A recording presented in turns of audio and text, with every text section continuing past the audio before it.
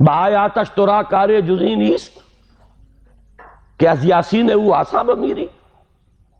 اس قرآن کی آیات سے تمہارا یہی سروکار رہ گیا ہے کہ عالم نزا میں سورہ یاسین سنا دو، جان آسانی سے نکل جائے، مشکل جو ہے مرحلہ آسان ہو جائے. یہ صرف ایصال ثواب یا حصول ثواب کا ایک آلہ بن گیا. کیا کر رہے ہیں اس قرآن کے ساتھ؟ اس کی قدر و قیمت کا کیا اندازہ ہم نے کیا؟ بہرحال جو بھی ربع صدی لگائی ہے آپ کے شہر لاہور میں، سن 65 میں منتقل ہوا تھا، یہاں 90 آ گیا ہے. اب تو ربع صدی میں تو کوئی کمی نہیں رہی. اور پہلی جو 2 تقریریں کی تھی مسلمانوں پر قرآن مجید کے حقوق، کہ سوچو صدر ایوب کا دور تھا، وہ جشن منایا گیا تھا، 1400 سالہ جشن نزول قرآن. اور وہ بھی اصل میں ایک بڑی یوں سمجھیے کہ ہوشیاری کا کام تھا. بہت قسم کے جشن منتے تھے، جشن مہران، جشن فلاں، رقص و موسیقی. تو انہوں نے سوچا کہ مولویوں کو بھی رشوت کے طور پر ایک جشن دے دو، الاٹ کرو. 1400 سال ہو گئے، لہذا قرآن کو سونے کے تار سے لکھو. ایک تو یہ کام، اور دوسرے یہ کہ قرات کی محفل منعقد کرو. یہ جشن تھا. اس کے حوالے سے میں نے بات کی تھی کہ ہوش میں آؤ، قرآن اس لیے نازل نہیں ہوا.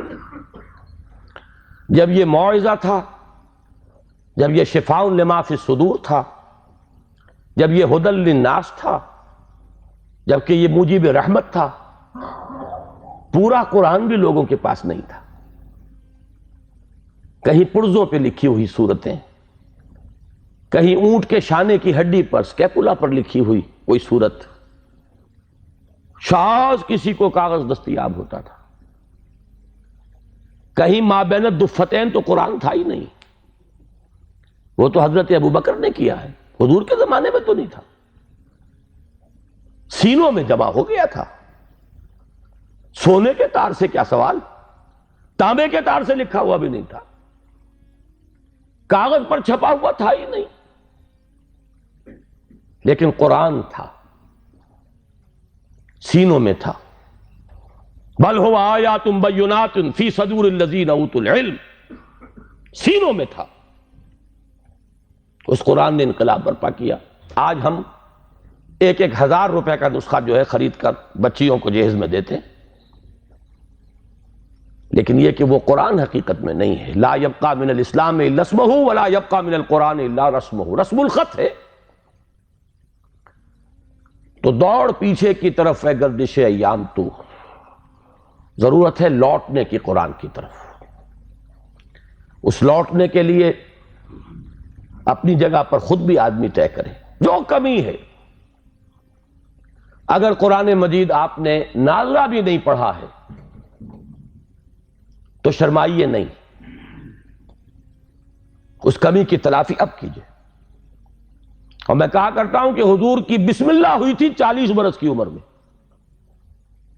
جب قرآن کی پہلی آیت نازل ہوئی ہے اور حکم ہوا اقرا. آپ نے یہ کہا تھا ما انا بقاری، میں تو پڑھنے والا نہیں ہوں، پڑھا ہوا نہیں ہوں. 40 برس کی عمر تھی تب قرآن پڑھنا شروع کیا. It's never too late. قرآن پڑھیے، قرآن سمجھیے، قرآن پر عمل کیجئے. اگر اللہ نے آپ کو فہم کی ایک بلند تر سطح پر، ہائر لیول آف کانشسنس پر فائز کیا ہے، اسی لیول کے قرآن کو پڑھیے. یہ ایک قرآن نہیں ہے، اس میں ہزاروں قرآن ہیں.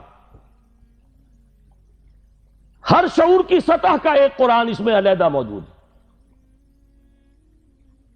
اور ہر دور کی علمی سطح پر، اس کے افق پر ایک خورشید تازہ کے مانند یہ قرآن طلوع ہوگا. لیکن ضرورت ہے اس میں لگنے کی، کھپنے کی، اس میں ڈوبنے کی، اس میں غوطہ زنی کی. قرآن میں ہو غوطہ زن اے مرد مسلمان. اس سے ذرا آگے بڑھیے. اللہ نے دولت دی ہے، لگائیے اس کام میں. اور اللہ نے اولاد دی ہے جو سب سے بڑا ایسٹ ہے انسان کا، جو اصل صدقہ جاریہ ہے، تو لگائیے اس کام میں۔ ابھی میرے ایک بڑے عزیز دوست، بڑی قدر ہے میری نگاہ میں ان کی، ایئر فورس میں بڑے اونچے مقام پر ہیں، وہ فرما رہے تھے کہ میں نے اپنے بعض عزیزوں سے یہ کہا کہ قرآن کالج میں بچوں کو داخل کرائیں، لیکن معلوم ہوا کہ آپ کے ہاں تو وہ اردو میڈیم ہے۔ اب اونچی سوسائٹی وہ تو اردو میڈیم میں اپنے بچے کو نہیں بھیجے گی، تو آپ کوشش کریں۔ میں نے کہا کہ ٹھیک ہے، سوچیں گے اس پر۔ بات سمجھ لیجئے کہ قرآن کالج آپ کے معاشرے کی ان ضرورتوں کو پورا کرنے کے لیے نہیں ہے۔ قرآن کالج ان دیوانوں کے لیے ہے جو طے کر لیں کہ ہمارا مطلوب و مقصود دنیا نہیں آخرت،